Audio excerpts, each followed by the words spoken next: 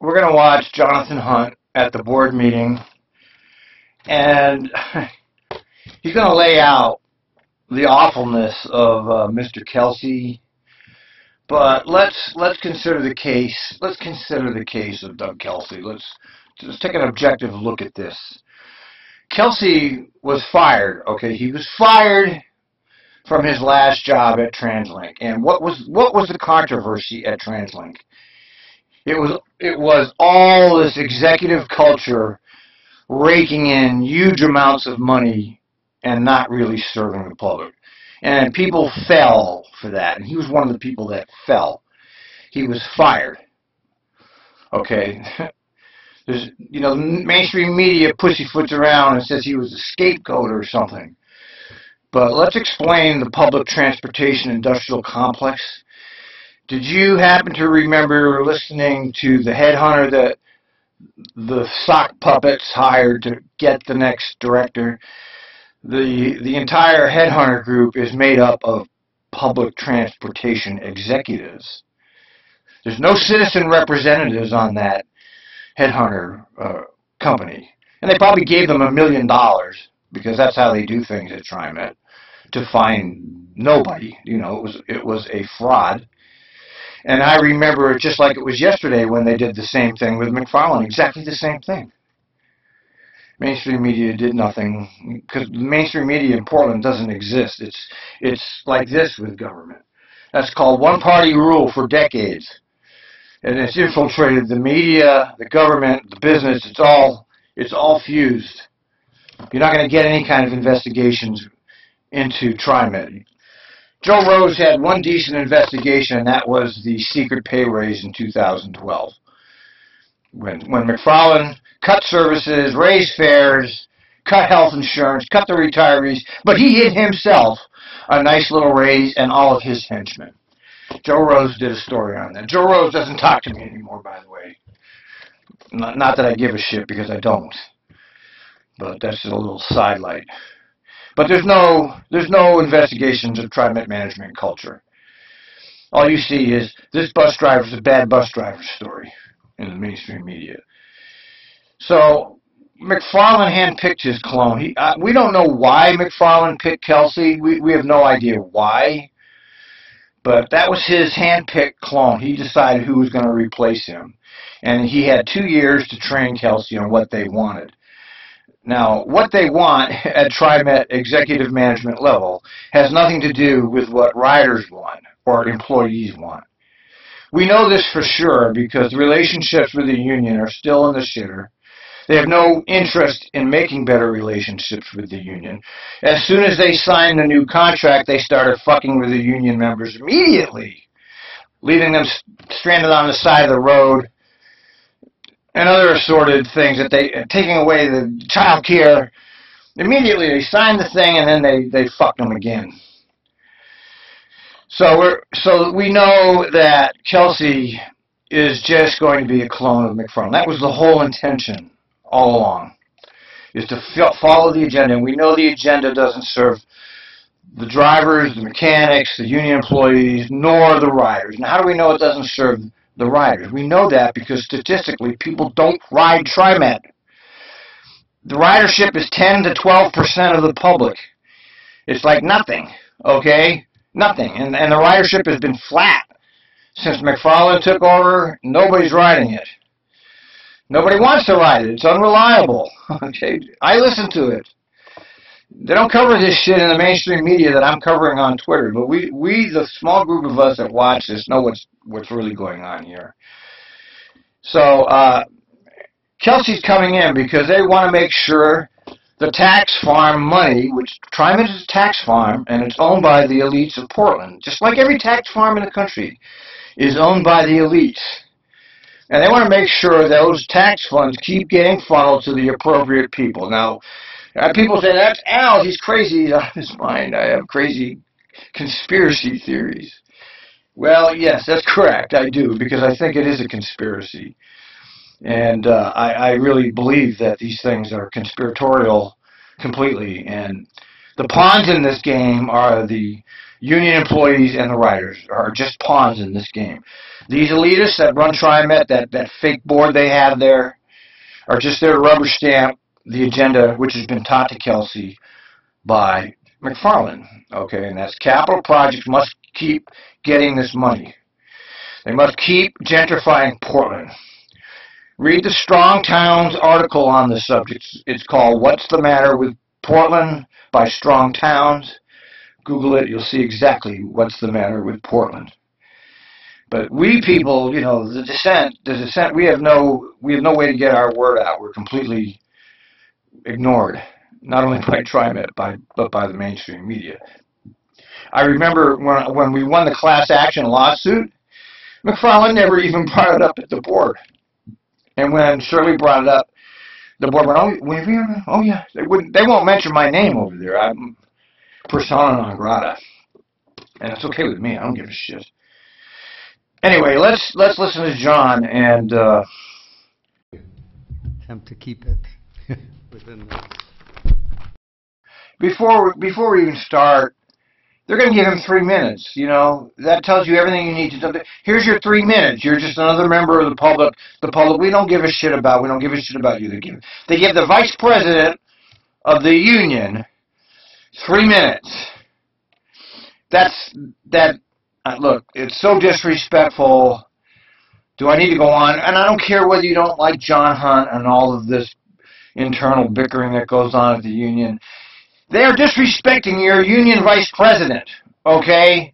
Forget this partisan bickering. He's still your vice president. They don't respect the vice president of the union. Good morning, members of the board. Good morning. For the record, my name is Jonathan Hunt. I'm the Vice President, Assistant Business Agent of Amalgamated Transit Union, Division 757. I'm here today to speak on behalf of the 3,000 plus frontline Trimet employees who move this region. I want to start by simply reiterating our core demand.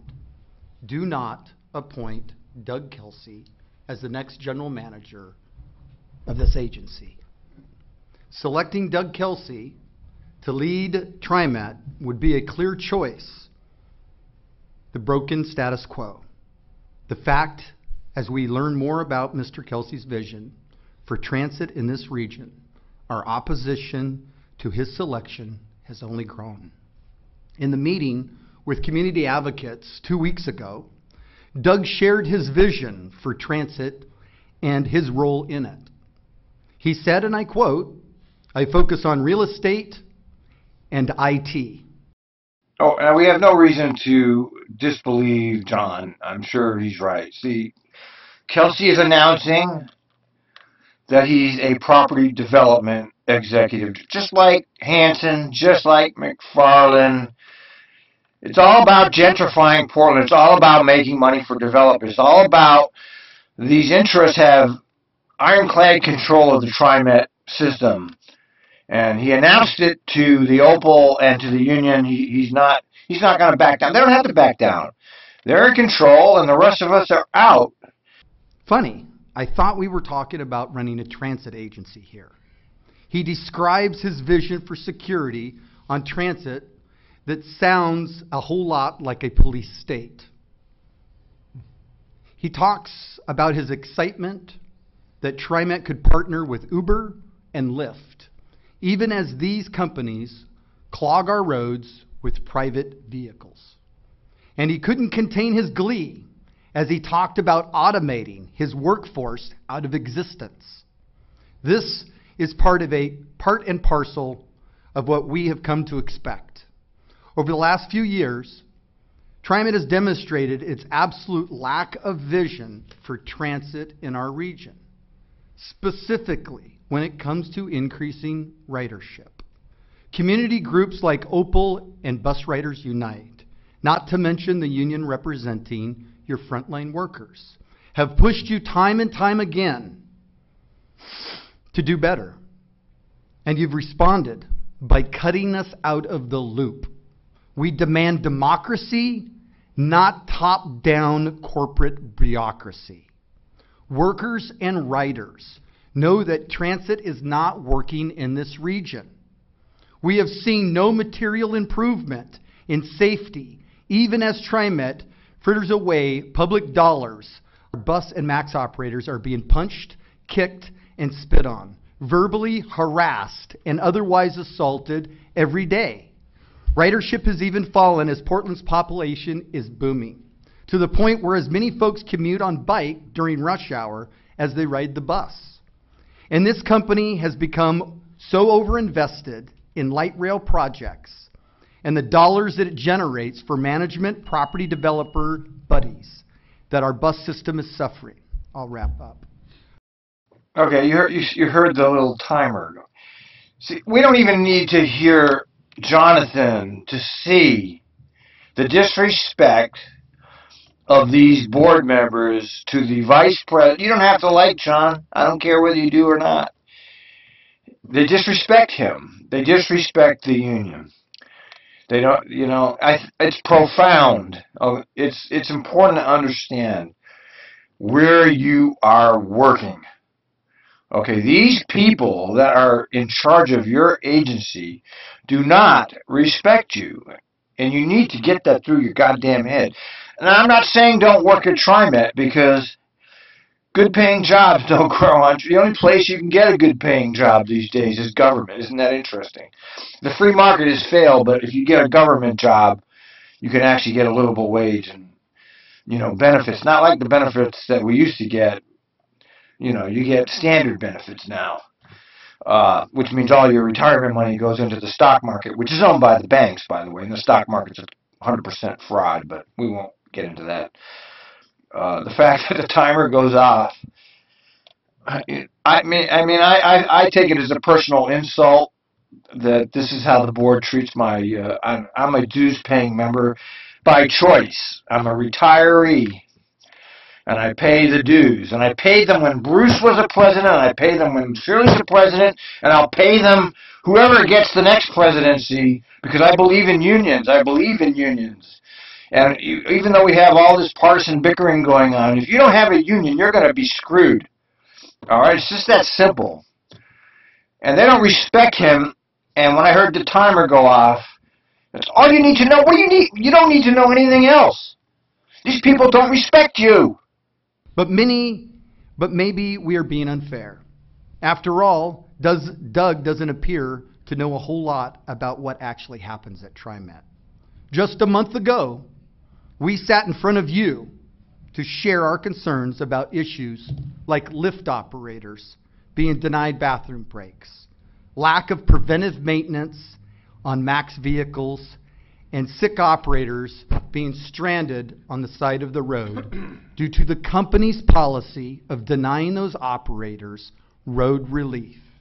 Mr. Kelsey all but called President Shirley Block a liar in this meeting, which is especially brazen given that Trimet was forced to stop denying the road reliefs to ill operators just 2 days after a media storm.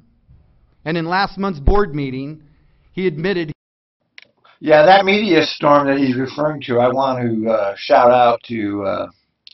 I don't want to mention your names, but you know who you are.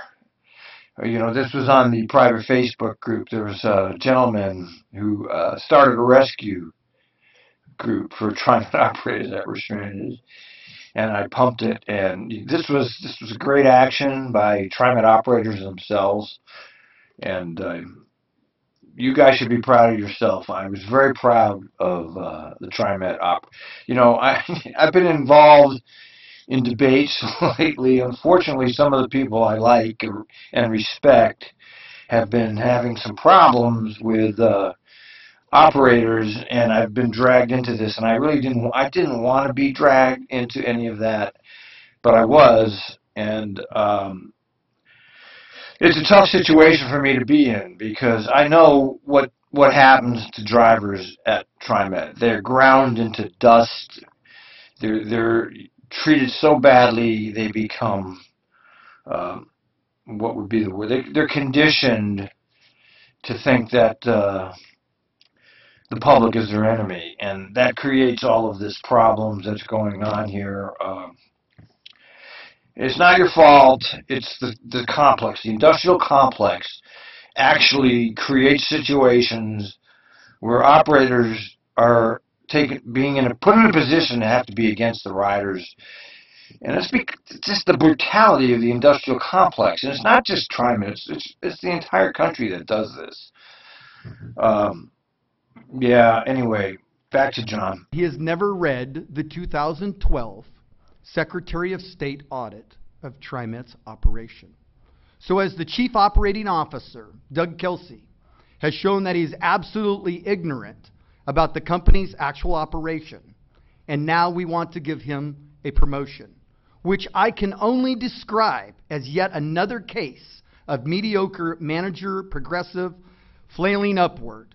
The fact that this board is prepared to name Doug Kelsey as the next general manager is the best evidence that this board itself needs to be reformed, which is why we are going to continue to call on the Oregon legislator to meaningfully address the governance of this region on behalf of the workers who make transit possible.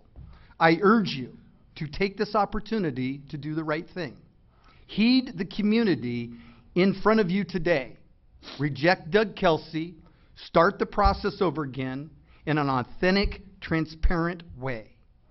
I will finish with the response that Mr. Kelsey gave this morning and all of the dialogue and all of the communication that took place. Not one mention of the frontline workers in this union that collaborates to get the things done. There is a huge disconnect here. All right, are you done? I am. Okay.